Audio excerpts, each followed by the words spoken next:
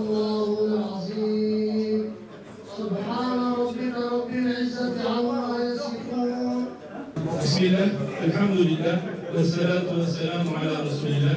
Kıymetli misafirlerimiz, hoş geldiniz. Aksiyat Diyarbakır İl Şube Başkanı olarak bu geleneksel hale getirdiğimiz iftar programımıza davetimizi kırmayıp bizi burada şereflendirdiğiniz için teşekkür ediyorum. Esselamu Aleyküm ve Rahmetullah. Tabi rahatınız çağır altın. Hepiniz hoş geldiniz. Rabbim tuttuğumuz oruçları, yaptığımız duaları, okuduğumuz tilavetleri kabul buyursun. Başta Genel Başkanımız olmak üzere değerli katılımcılar, hepiniz tekrardan hoş geldiniz. Dünya kaynıyor. Memleketin hem içinde hem dışarıda çok sayıda gündem maddesi var. Bunların hepsini uzun değinirsek elbette hem zamanımız buna vermez hem de burası onun yeri değil, onun makamı değil. Ama belki şu kadarını söylemek gerekir. Bu yoğun gündem içerisinde develenirken, hatta Türkiye'de belki saat başı gündem değişirken, aslında belki asla unutmamamız gereken bir gündem olduğunu ben hatırlatıp o gündemle ilgili tekrar dikkatleri o noktaya çekmek hususunda en azından kendi vazifemi kısmen de olsa yerine getirmiş olayım diyorum.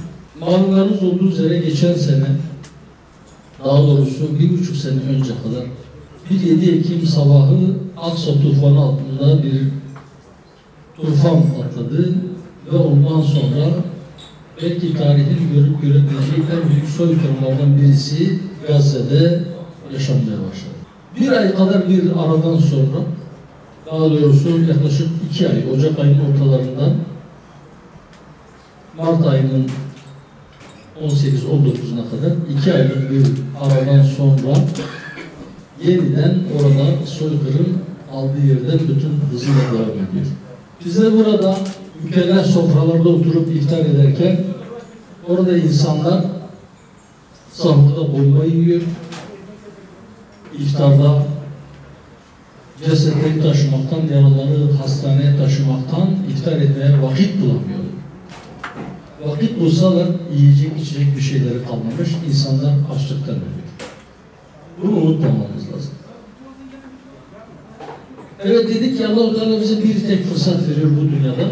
Bir defa hayat veriyor, bir defa yaşayacağız ve huzur ilahiye gideceğiz. Herkes yaptıklarının hesabını verecek. Allah-u Teala bizi bu dünyaya gönderdi. Nasıl davranmamız gerektiği konusunda, neler yapmamız gerektiği konusunda da bize ikazlarda bulundu, uyarılarda bulundu, elçiler gönderdi. Bir kitap gönderdi. Ve o kitabın bir yerinde Enfal suresinde Allah-u Teala şöyle buyurur. Estaizu billah. وَالَّذ۪ينَ كَفَرُوا اَوْلِيَاءُ بَعْضُهُمْ اَوْلِيَاءُ بَعْضٍ وَالَّذ۪ينَ كَفَرُوا بَعْضُهُمْ اَوْلِيَاءُ بَعْضٍ. İnkar edenler, inkarcı olanların birbirlerinin dostu, velisi, yardımcısıdır. İlla tef'aluhu, eğer siz de bunu yapmazsanız tekun fitnetun fil ardi ve fesadun kebir. Eğer siz de bunu yapmazsanız, yani siz iyilikten yana olanlar, siz adaletten yana olanlar, siz insanlıktan yana olanlar, siz güzellikten yana olanlar, siz kardeşlikten yana olanlar, bunu yapmazsanız, yani onların yaptığı gibi birbirinize arka çıkmazsanız, birbirinize destek ve yardımcı olmazsanız tekun fitnetun fil ardi. Yeryüzünü büyük bir fitne kapıyor. Bakın, yeryüzünü sadece o zulmün yaşandığı bölgeyle sınırlı kalmayacak o fitne.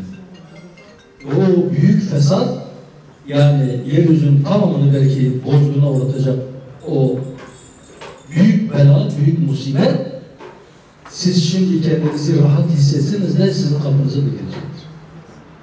Evet. Tekun fitnetun fil ardi ve fesadun kebir. Hangi şartta? Eğer siz bunu yapmazsanız. Eğer siz birbirinize sahip çıkmazsanız. Eğer siz mazluma sahip çıkmazsanız. Eğer siz iyiliği, eğer siz güzelliği, eğer siz insanlığı arttırma çabasında bulunmazsanız, o zaman siz kendinizi emniyette hissetmeyin. o bela sizin kapınızın önünde de gelecektir. Bugün için evet burada dedik işte sanayici, esnaf, tüccar kardeşlerimiz var. Orada da bir sanayi vardı. Orada da esnaflar vardı. Orada da ticaret yapılıyordu. Fakat 1,5 yıldır orada taş üstünde taş kalmadı. Ne ev kaldı, ne mağaza kaldı, ne fabrika kaldı, ne depo kaldı, ne liman kaldı, ne onları taşıyacak araç kaldı, ne de onu yürütecek tüccar esnaf kaldı. 200'ün üzerinde gazeteci öldürüldü. 18.000'in üzerinde çocuk katledildi. Yine 13.000 üzerinde kadın katledildi. Henüz daha cesedine ulaşılamamış olanlar var. Geçen gün sosyal medyada bir görüntü. Bir kadın bir iskelete sarılmış. Tamamen kim? Kafatası, göğüs kafesi, bel hizasına kadar bir iskelet. Ve o iskelete çocuğu diye sarılıyor o kadın. Ve gözyaşı döküyor. Çaresizlik içerisinde. Gözü etrafa bakılıyor. Belki içten içe kim bilir? Belki de bize beddua ediyor. 2 milyarlık İslam alemi varken, 8 milyar insan varken şu dünyada, herkes insanlıktan, adaletten, güzellikten bahsederken, şurada bir avuç kan içici vampir soykırımcının elinden bizi kurtaracak, bize yardım edecek kimse kalmadı mı bu dünyada? Ellerinde imkan ve kudret olanlar kılıyorlar. Ellerinden kınamaktan başka bir şey gelmiyor.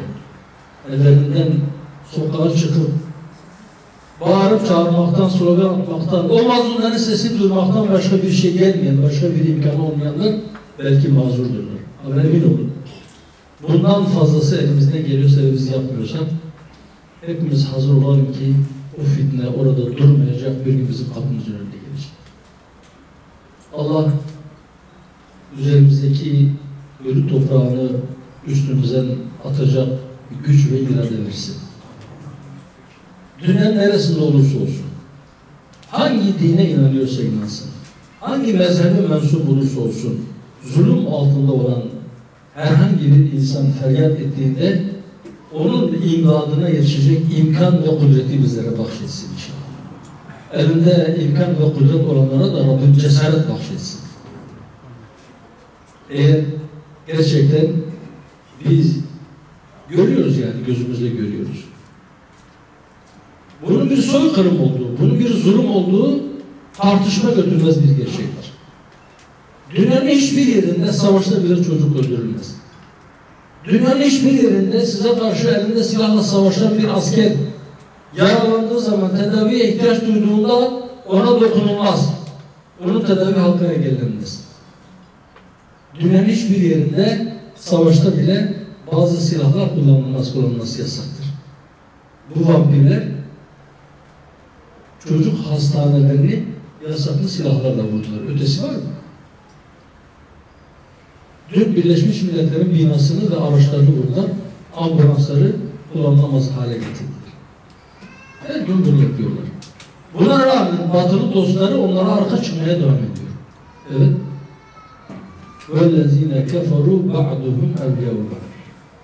Evet, o inkar edenler, o küfre sapmış olanlar birbirlerinin yardımcısıdırlar. En çirkin işi yaptığında bile ona yardım ediyor. En büyük vahşeti, sırtlanları utandıracak vahşeti ortaya koyduğunda bile ona bir kılıf buluyor. Rabbim birbirimize arka çıkmayı, birbirimize sahip çıkmayı, mazluma yardım etmeyi hepimize nasip eylesin, bu şuuru bizlere bahşeylesin inşallah. Gündem yoğun, yani bu kadar yoğun gündemin içerisinde unutulmuş olan Gazze'ye dikkat çekmek için, yeniden gündemimizde olması gerektiğini hatırlatmak için diğerlerine girmek istemiyorum. Çünkü gerçekten uzunca bir süredir çok farklı gerekçelerle toplumu gündemine getirilen ya da toplumu peşinden sürüklemeye çalışan bazı gündem belirleyiciler, basın özellikle, Gazze'nin üzerinde sanki bir perde çekilmiş gibi orayı görmüyorlar. Ama unutmayalım ki orada soykırım devam ediyor, orada vahşet devam ediyor, orada açlık devam ediyor, orada hastaneler bulunmaya devam ediyor, orada çocuklar ölmeye devam ediyor. Rabbim gücümüzü toplasın, birliğimizi sağlasın, cesaretimizi arttırsın ve o küfrün, o zulmün son bulması için çabalarımızı arttırsın. Allah hepinizden razı olsun ve tekrar önümüzdeki Kadir Gecesi'nin ve Ramazan Bayramı'nın hepimiz için hayırlı olmasını, hepimize hayırlar getirmesini, dünyaya huzur getirmesini Rabbimden niyaz ediyorum.